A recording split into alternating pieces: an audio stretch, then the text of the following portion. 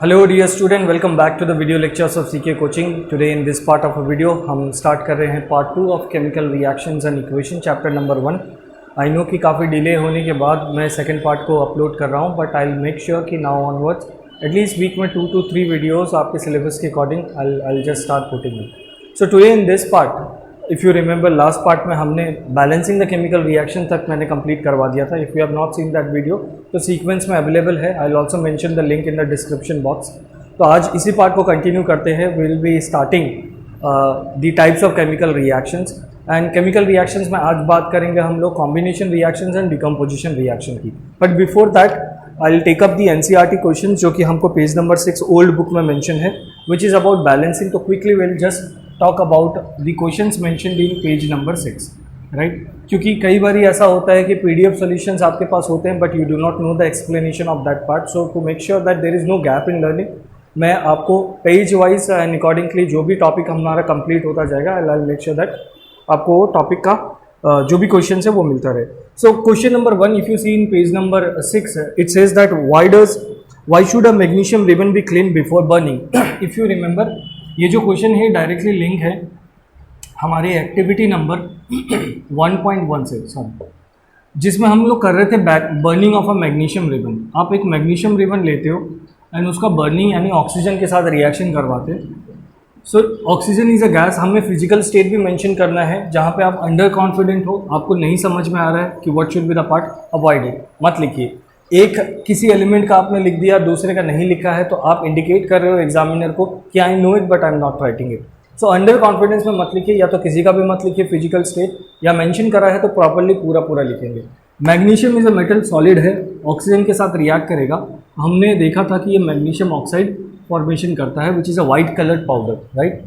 अब बैलेंसिंग करेंगे, जो हमने बैलेंसिंग में सीखा था कि मेटल को सबसे पहले बैलेंस करेंगे। मैग्नीशियम 1 है, ऑक्सीजन को बैलेंस करने के लिए 2 से मल्टीप्लाई करूंगा तो यहाँ पे भी 2 से आएगा। But question also says that why does a magnesium ribbon need to be clean before burning.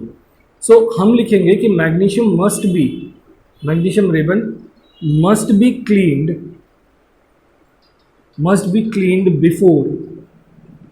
before burning to remove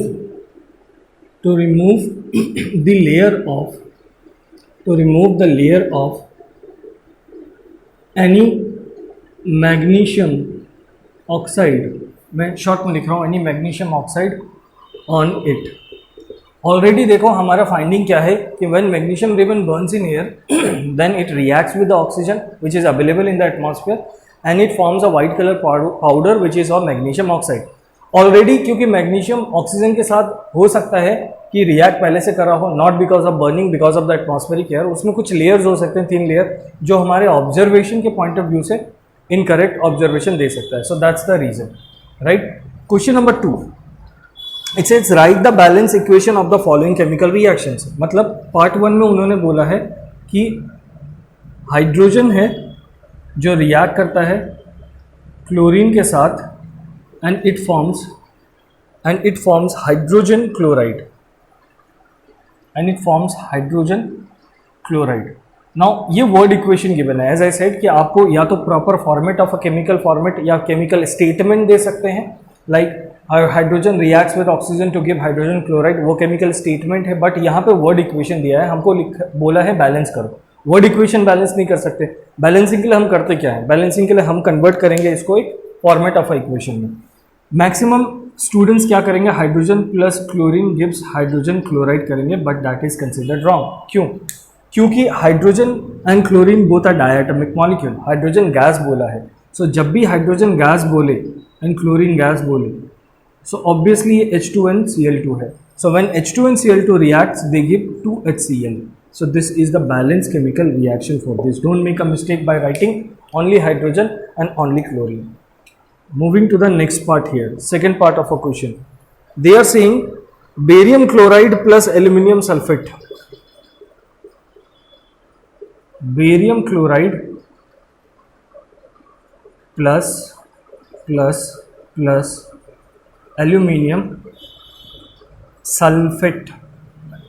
अब इसमें आपको केमिकल रिएक्शंस में आपको इक्वेशन में अगर आपको गलत नहीं करना है तो आपको फॉर्मूला लिखना आना चाहिए, जिसका वीडियो मैं पहले ही डाल चुका हूँ। एल्यूमिनियम सल्फेट, राइट, बनाता क्या है? बेरियम सल्फेट बनाता है, barium sulphate SuLPHATE plus aluminium chloride, plus aluminium chloride. जैसे barium sulphate, barium chloride plus aluminium sulphate बनाता है हमारे पास barium sulphate plus aluminium chloride. तो इसके लिए हमको तो इसका फॉर्मूला लिखना आना चाहिए, राइट। सो बेरियम क्लोराइड हम लिखेंगे BaCl2। अगेन बेरियम क्लोराइड का कोई फिजिकल स्टेट बोला नहीं है, but barium chloride is a salt. Solution वगैरह कुछ मेंशन नहीं करा है। There is a confusion, slight confusion, leave it to this part, क्योंकि हमारा मेन थीम ये नहीं बोला है कि फिजिकल स्टेट भी मेंशन करो। क्वेश्चन में मेंशन होगा तो मैंडेटरी है कि हमें लिखना होगा। इफ नथिंग इज मेंशन तो इसकी तरह ऑप्शनल डाल सकते हो, या तो मेंशन करो तो सबका करो या मत करो। Barium chloride plus aluminium sulphate बोला है AlSO4(3). क्यों ऐसा? क्योंकि देखिए एल्यूमिनियम सल्फेट बोला है SO4, इसकी वैलेंसी होती है +3, इसकी -2, क्रिस क्रॉस करोगे तो aluminium SO4(3). This is the formula. तो इस तरीके से फॉर्मूला अगर आपको याद है तो you will not get stuck, कहीं बीच में फंसोगे नहीं, राइट। इसकी बैलेंसिंग करनी है बेरियम सल्फेट के साथ। So BaSO4 plus AlCl3 aluminium chloride. Now check for the balancing part. Now let's check for the balancing part. Balancing part करने के लिए सबसे पहले मेटल्स देखेंगे। मेटल क्या है? बेरियम 1 बैलेंस्ड है, एल्यूमिनियम 1 बैलेंस्ड है। So metal is balance, aluminium 1 balance. अब हम देखेंगे मेटल, नॉन मेटल में क्लोरीन 2, क्लोरीन 3 नॉट बैलेंस। जहाँ डिसबैलेंस है वहाँ पे मल्टीप्लाई करेंगे, 3 2 6 और यहाँ पे 2 से बैलेंस करेंगे, राइट। उसके बाद जैसे हमने इसको बैलेंस करा, 3 एल्यूमिनियम हो गया, 3 बेरियम हो गया और 2 एल्यूमिनियम हो गया, 2 एल्यूमिनियम हो गया। अब होगा क्या? Barium 3 balance number 1, aluminium 2 balance, chlorine 3 2 6, chlorine balance. यानी मैं लिख सकता हूँ barium balance, aluminium balance, chlorine भी बैलेंस है for a time being. Chlorine के बाद बचा हमारे पास सल्फर यहाँ पे 2 एंड यहाँ पे 3। ऑब्जर्व इट, 2 और 3, तो यानी 2 × 3 6 सल्फर और यहाँ पे 3 सल्फर हमारे पास। Perfect. So this doesn't seems to be balance, will come to that. Oxygen देखते हैं, हाइड्रोजन कोई है नहीं। So this is 3 oxygen, so this is 3 4 12 oxygen, 12 × 2 और यहाँ पे कितना है? 4 3 12 ऑक्सीजन, 4 3 12 ऑक्सीजन। आई गेस कहीं मिस्टेक करा है, एल्यूमिनियम Al2, तो यहाँ पे हमारे पास Al2 होगा। So sorry. सी, अगर आपको फॉर्मूला लिखना आता है तो आप क्विकली मिस्टेक भी पकड़ लोगे, क्योंकि किसी से भी मिस्टेक हो सकता है। So I made a mistake here, क्योंकि यहाँ पे एल्यूमिनियम -2 होता है, Al2 क्रिस क्रॉस बैलेंस ही होगा। सो यहाँ पे एल्यूमिनियम 2 होगा। सो ओरिजिनली यहाँ पे 2 एल्यूमिनियम है, तो हम इसको पुट करेंगे 2 यहाँ पे बैलेंस करने के लिए। सो बेरियम 3, एल्यूमिनियम 2 और chlorine, and this is I guess a balanced chemical reaction, right? So यहाँ पे तक आपको कॉपी करना है। Will move to the third part and okay. So अब देखते हैं हमारे पास जो थर्ड क्वेश्चन है हमारे पास, जो है sodium plus water give sodium hydroxide plus H2 hydrogen gas. Sodium को हम लिखेंगे Na which is solid, H2O हमारे पास liquid. Reacts sodium hydroxide NaOH होता है, जो कि एक बेस है, अल्कली है। एसिड बेसिस सॉल्ट्स में पढ़ते हैं हम लोग। अल्कली मतलब वाटर सॉल्युबल बेस, NaOH इसलिए एक्वस लिखेंगे, प्लस हाइड्रोजन गैस। बैलेंसिंग के लिए हम क्या करेंगे? सबसे पहले मेटल, सोडियम बैलेंस। कोई नॉन मेटल है नहीं। ऑक्सीजन 1 है, हाइड्रोजन 2 है, हाइड्रोजन यहाँ पे 2 + 3 है, 3 हाइड्रोजन है हमारे पास। सो हमको बैलेंस करने के लिए क्या करना होगा? हम यहाँ पे करेंगे 2 से मल्टीप्लाई, सो 2 2 4, यहाँ पे 2, तो हम यहाँ पे 2 से मल्टीप्लाई करेंगे तो 2 2 4 हाइड्रोजन हो जाएगा। जैसे इसको 4 करा, 2 इसके पास जाना चाहिए। 2 sodium 2 2 4 hydrogen, 2 + 2 4 hydrogen, 2 oxygen. So this one is a balance chemical reaction. So this was about the page number 6. Now let's just quickly move to the next part, which is about types of chemical reaction, part A. Copy करिए। Okay, so now let's just see the first reaction, first type of reaction, जो कि है combination reaction। हमें पढ़ना है combination, decomposition, displacement, double displacement, and at the end redox reaction, जो कि है oxidation and reduction reaction। What is this combination reaction? Combination reaction का फॉर्मेट हम याद रखेंगे क्योंकि what type of reaction is this, इस टाइप का क्वेश्चन सीबीएसई में काफ़ी बार एमसीक्यू डेटा में पूछा जाता है हमको. So for that sake will need to understand what actually is the combination reaction. Combination reaction वो होता है जिसमें दो या दो से ज़्यादा सब्सटेंसेस आपस में कंबाइन करके एक सिंगल प्रोडक्ट बनाएगा. फॉर्मेट हो सकता है ए रिएक्ट्स विद बी एंड दोनों ही रिएक्ट करने के बाद एक सिंगल प्रोडक्ट बनाए. So feature of a combination reaction is single product and two or more than two reactants. दो या दो से ज़्यादा रिएक्टेंट कंबाइन करके एक सिंगल प्रोडक्ट बना है, उसको हम कॉम्बिनेशन रिएक्शन बोलते हैं.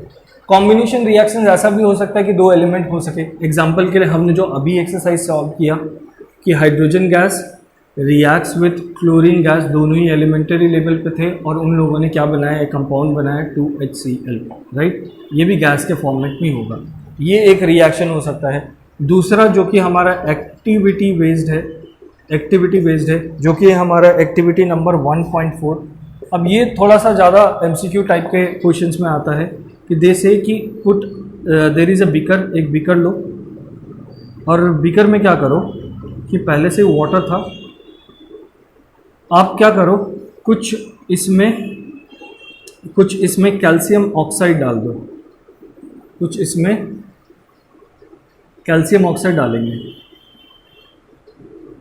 कैल्शियम ऑक्साइड ये केमिकल नेम है.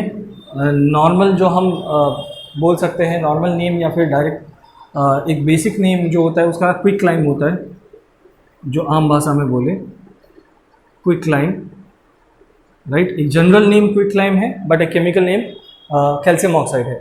So what will happen when some amount of calcium oxide is pour inside a beaker containing water. अब इसमें से दो बातें खुलेंगी कॉम्बिनेशन रिएक्शन में. सबसे पहले तो देखो base of the container becomes heat, बहुत ज़्यादा गर्म हो जाता है depending upon the amount of calcium oxide which we have taken and the rate of reactions किस तरीके से रिएक्ट करता है. तो यानी हीट का लिबरेशन होगा तो ये रिएक्शन जो है एक्सोथर्मिक भी होगा. Will see what happens in this. So अगर हम कैल्शियम ऑक्साइड को डालें solid, we are writing the reaction for this which is an example of combination reaction. Calcium oxide reacts with water H2O जो कि liquid format में होगा and it forms calcium hydroxide plus heat.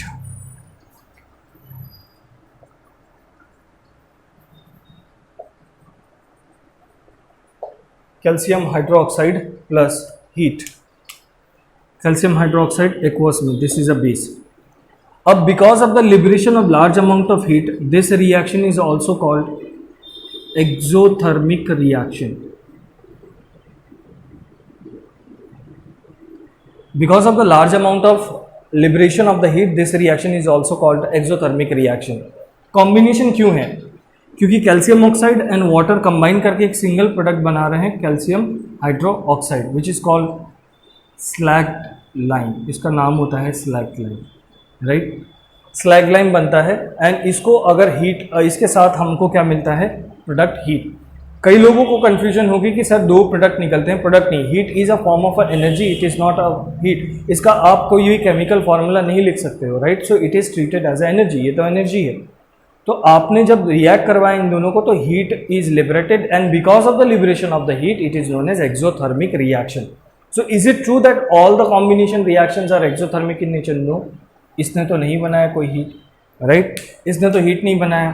Third examples देखते हैं जो हम chapter first activity से पढ़ते आ रहे हैं. लाइक मैग्नीशियम को ऑक्सीजन के साथ बर्निंग करोगे 2MgO बनता है हमारे पास. इसमें तो कोई भी हीट नहीं आता. इनफैक्ट ये तो एंडोथर्मिक इन नेचर है. आप हीट इन द आप जलाते हो ना, इसको बर्निंग करते हो तो आप तो हीट दे रहे हो. सो जो भी रिएक्शंस होते हैं बेसिकली वो एक तरीके से बोल सकते हो कि you require some amount, you need to give some amount of energy, उसने एब्जॉर्ब करा है. So this is not an exothermic reaction. So it is true that this particular reaction is both combination reaction because of it satisfies the condition that two substances are combining to form a single product. लेकिन ये इसके साथ साथ because of the liberation of a heat ये combination reaction भी है. So this type of reactions are known as a combination reaction. यहाँ तो copy करेंगे, we'll move to the next reaction.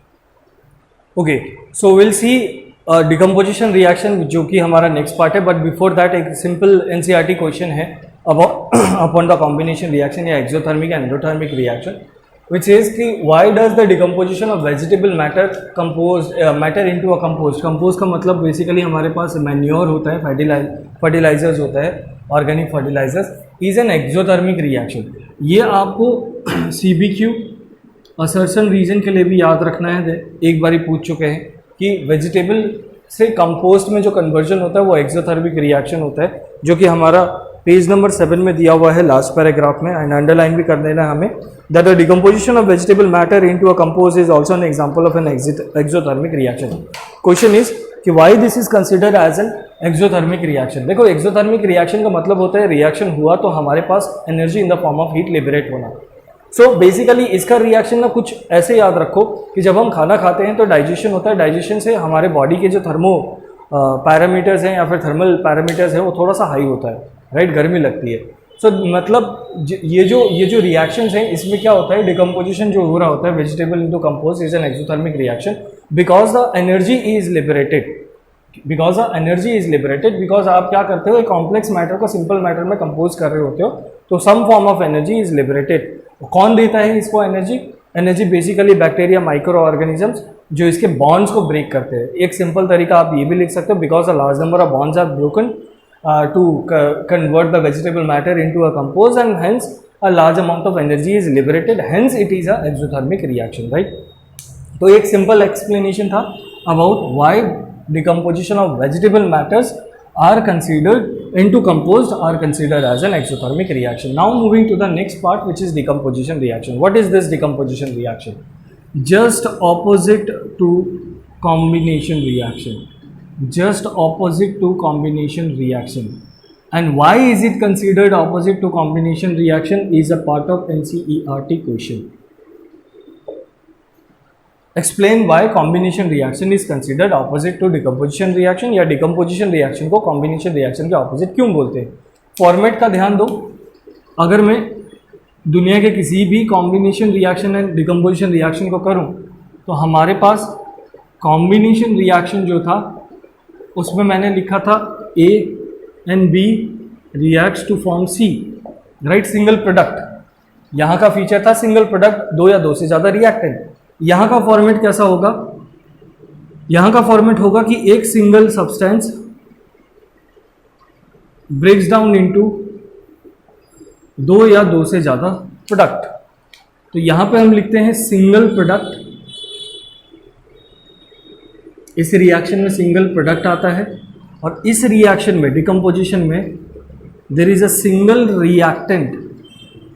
तो सच अ रिएक्शन, डेफिनेशन नहीं लिख रहा हूँ, I am giving you the format. Such a reaction in which a single reactant breaks down to give two और more products. So this type of reactions are known as a decomposition reactions, क्योंकि ये बिल्कुल विपरीत है, इसका उल्टा है, right. So this type of reactions are known as decomposition reaction. कुछ एग्जांपल्स देखते हैं क्योंकि इनफैक्ट बहुत ज़्यादा इंपॉर्टेंट है. बट बिफोर द एग्जांपल एक नोट में बात बताऊंगा जो आपको याद रखनी है. Note is that all the decomposition reaction, ये पॉइंट ऑफ डिफरेंस भी हो सकता है. If in case they ask you what is the difference between decomposition and combination reaction, पहले फॉर्मेट से सपोर्ट कर सकते हैं कि यहाँ पे single product breaks down into दो या दो से ज़्यादा, single reactant breaks down into दो या दो से ज़्यादा प्रोडक्ट. यहाँ पे हम लिखेंगे दैट टू और more than two reactant reacts to give a single product. पहला पॉइंट ऑफ डिफरेंस. दूसरा point of difference, all the decomposition reactions are endothermic in nature. Endothermic का मतलब होगा टेम्परेचर रिड्यूस होगा. Endothermic reactions are characterized by reduction in the surrounding temperature. Exothermic are characterized by increase in the surrounding temperature. यानी endothermic है तो ये इस तरीके से याद रखो, एक्सोथर्मिक, एंडोथर्मिक. एक्सोथर्मिक मतलब एनर्जी को लिबरेट करना, एक्सोथर्मिक मतलब एनर्जी को लिबरेट करना इन the form of heat. Endothermic मतलब एनर्जी को एब्जॉर्ब करना, राइट. सो इसमें आप डिकम्पोज करोगे किसी भी ऑब्जेक्ट का तो आप डिकम्पोज करने के लिए एनर्जी दोगे. वो आप खुद ब खुद तो डिकम्पोज होगा नहीं. खुद ब खुद अगर कोई डिकम्पोज होगा तो वो रेडियो एक्टिव है क्योंकि वो अनस्टेबल है. तो वो हमारे पार्ट ऑफ सिलेबस में है नहीं, हमें रेडियो एक्टिव रिएक्शंस नहीं पढ़ने। So all the decomposition reactions are endothermic in nature because they absorb energy to split or break down,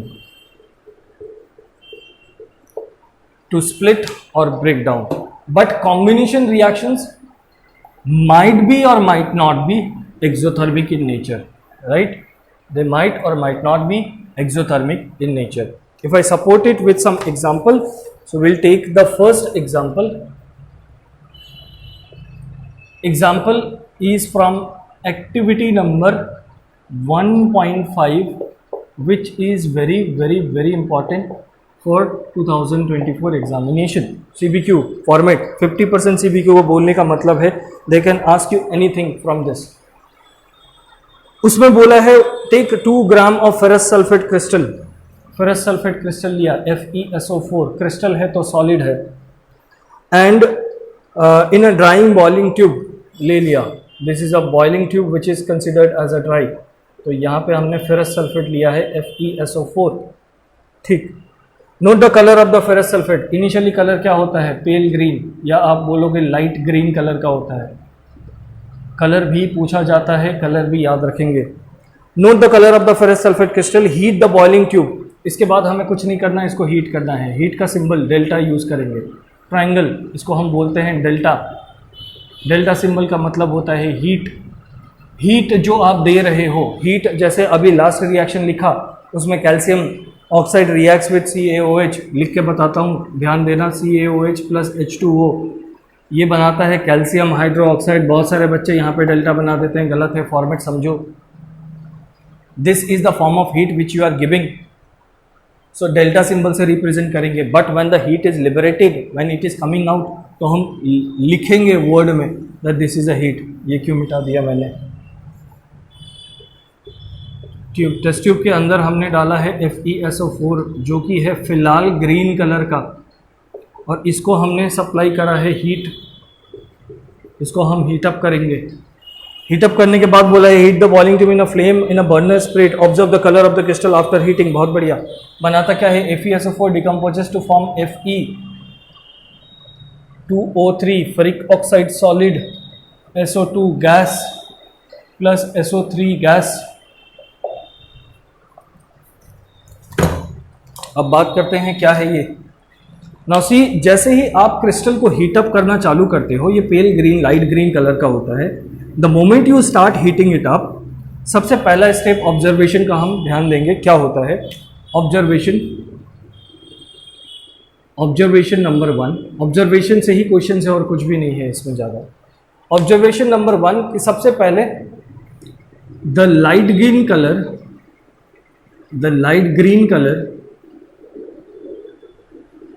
of ferrous sulfate FeSO4 fades away. What is the reason?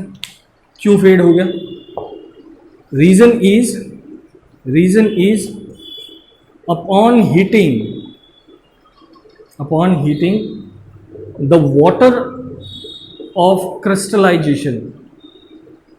What is water of crystallization? It is the amount of water present in one formula unit of any salt crystal. Acid, basis and salt. Last page में मिल जाएगा definition. एक formula unit में जितना water molecule present होता है, जैसे FeSO4.5H2 होता है, ये FeSO4.5 molecule of H2O present होता है, जिसके वजह से इसका ग्रीन कलर होता है. So what is the role of water of crystallization? It imparts colour to the crystal of the salt. Crystal of the salt. 7 होता है, sorry 7, right. So upon heating, तो सबसे पहले क्या होगा? वाटर मॉलिक्यूल्स वेपराइज हो जाएंगे और ये यहाँ पे इकट्ठा हो जाएंगे because of the difference in temperature. Condensation, evaporation पड़ा होगा because of condensation. Number 2, what happens next? Number 2, on further heating the ferrous sulfate FeSO4 decomposes to brown color ferric oxide which is Fe2O3। Brown colour ferric oxide, ये brown colour का होगा, या फिर आप बोल सकते हो रेडिश ब्राउन। रेडिश ब्राउन कौन सा कलर हो गया? कॉफ़ी के जैसा। कॉफ़ी का कलर जो होता है, रस्ट का कलर जैसा होता है, वैसा होता है फेरिक ऑक्साइड, क्योंकि ये फेरिक ऑक्साइड ही रस्ट के जैसे कलर आ जाएगा। Sulphur dioxide and sulphur trioxide basically are toxic gases. Toxic gases इसीलिए टेस्ट ट्यूब को इंक्लाइन करा जाता है so that you do not inhale it. So this is the observation and this is the reaction. ये एक simple reactions है जो कि हम पढ़ते हैं अबाउट अ कॉम्बिनेशन रिएक्शन में, डिकम्पोजिशन रिएक्शन में। As you can see, decomposition में हमने एक सिंपल रिएक्टेंट लिया था, हीट करा, और इसने हीट एब्जॉर्ब करा होगा ताकि ये अपने करस्पॉन्डिंग कंपोनेंट्स में या फिर सब्सटेंसेस में स्प्लिट अप होता है एंड मतलब एब्जॉर्ब किया होगा। तो दिस इज बेसिकली नेचर पूछा जाए तो ये एंडोथर्मिक रिएक्शन ही है। बहुत बड़ा मिस्टेक होता है एंडोथर्मिक रिएक्शन में, हम सिर्फ ये देखते हैं कि टेम्परेचर रिड्यूस होता है। नो, एनर्जी का एब्जॉर्प्शन को एंडोथर्मिक रिएक्शन बोलते हैं, एनर्जी का एग्जॉस्ट को एक्सोथर्मिक रिएक्शन बोलते हैं। Energy can be given in the form of heat, light और इलेक्ट्रिसिटी। इसीलिए decomposition reactions, before ending this video I will give you a simple flow chart. Decomposition reaction important इस वजह से नहीं है कि इसमें रिएक्शन टफ है, क्योंकि ये थोड़ा सा अच्छा है टॉपिक। तो डिकम्पोजिशन रिएक्शन जो नेक्स्ट वीडियो में हम बात करेंगे, उसमें हम 3 टॉपिक के बारे में बात करेंगे। डिकम्पोजिशन जो कि 3 तरीके से कैरिड आउट हो सकता है, या तो हम energy in the form of heat दे सकते हैं, या तो energy in the form of electricity दे सकते हैं, या energy in the form of sunlight दे सकते हैं। Sunlight is the only source of energy in universe, right. अगर हीट दिया तो इसको बोलेंगे हम लोग थर्मल डिकम्पोजिशन। अगर इलेक्ट्रिसिटी दिया तो इसको हम बोलेंगे इलेक्ट्रो डिकम्पोजिशन। इलेक्ट्रो डिकम्पोजिशन को हम लोग इलेक्ट्रोलाइसिस भी बोलते हैं, because electro means current, electric current, lysis means break down. ये डिटेल नेक्स्ट वीडियो में बात करेंगे। सनलाइट में अगर हुआ तो हम इसको बोलते हैं फोटो डिकम्पोजिशन।